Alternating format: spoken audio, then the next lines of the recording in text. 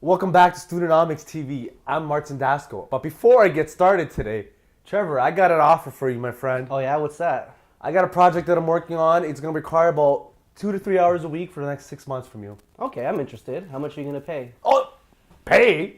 Yeah, I'm paying you in experience and exposure. Exposure. You don't want to get paid in experience?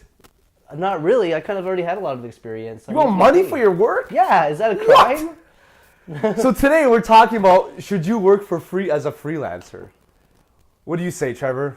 Well, working for free as a freelancer can be good if you're just starting out. If this is your first gig, this is a big company, they don't really want to pay you. Doing a little bit of free work for them is great, but if it becomes an ongoing thing where nobody wants to pay you, you got all these people saying, "Oh, just take free photos for me, I'll recommend you."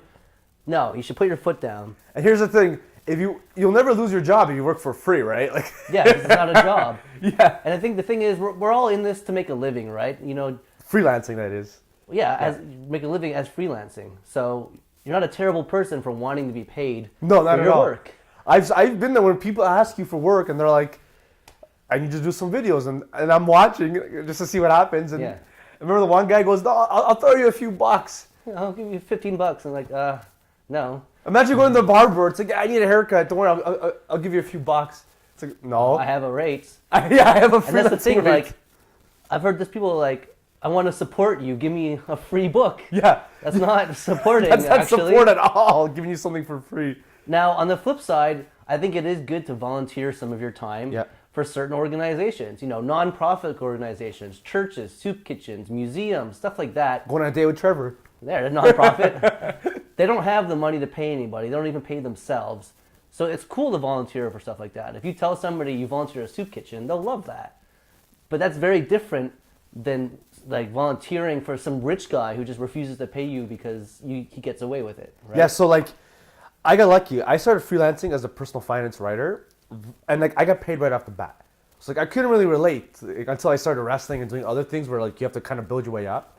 So like someone offered me to like be a writer for their site, and you know if you do like a guest post for someone or like a guest article or you don't get paid. You're just getting the because you're actually getting the exposure. Yeah. But like in this case, this guy needed a writer like to actually fill his site with content.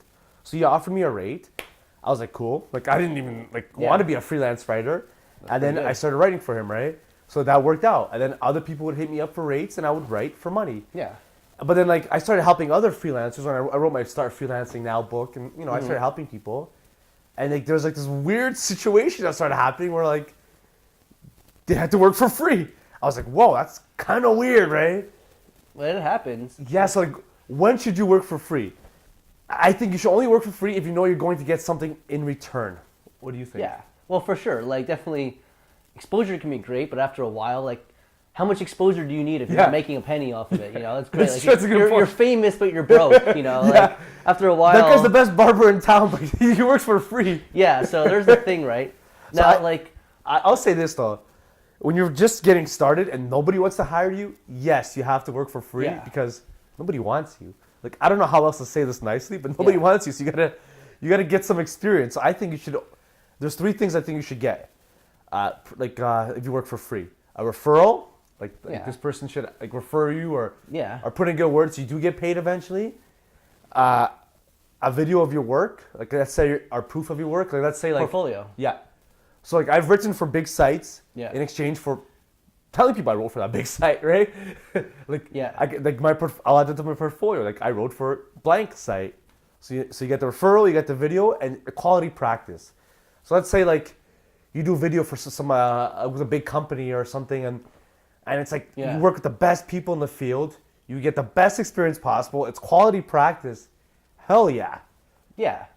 Now another thing, like this is what I actually do a lot of. I do a lot of free kind of like volunteer social media management for a few different organizations. There's a church, 2 museums, a bunch of stuff.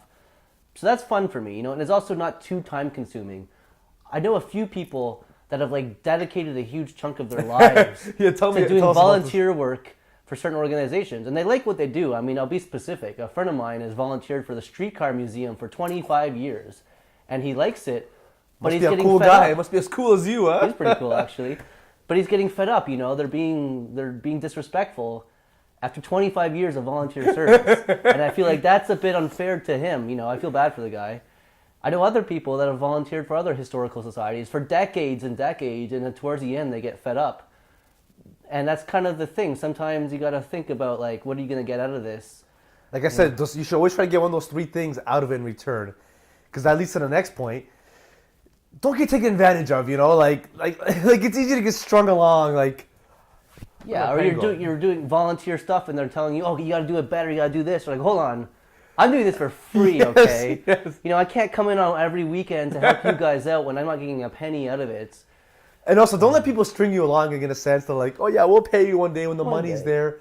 I've seen this happen to friends where they work for free, and the company will say, oh yeah, when the money's there, we'll pay you. What if it never comes? The money will never come. But they tank. The money's over there or over here. It's not. It's Sorry, not man, there. we've gone bankrupt. We can't pay you. So yeah, there's exceptions to it. It's okay to volunteer sometimes for different organizations, especially if it's a cool story. But don't waste your life doing free work. Because you have to get paid eventually. When you're starting off, you're going to need that experience. Like I said, you'll get that. You'll get quality practice. You'll get video of your work. You build your portfolio. But at some point, you have to have a business. Hobbies are fun. It's good to have hobbies. You know, if you're into like transit history or you're into the gym or whatever. Photography. But at some point, get paid or else you're wasting your time. Anything else to say? No, I think that covers it up pretty well. Yes, it's okay to work for free, but you should eventually get paid. Thanks for watching.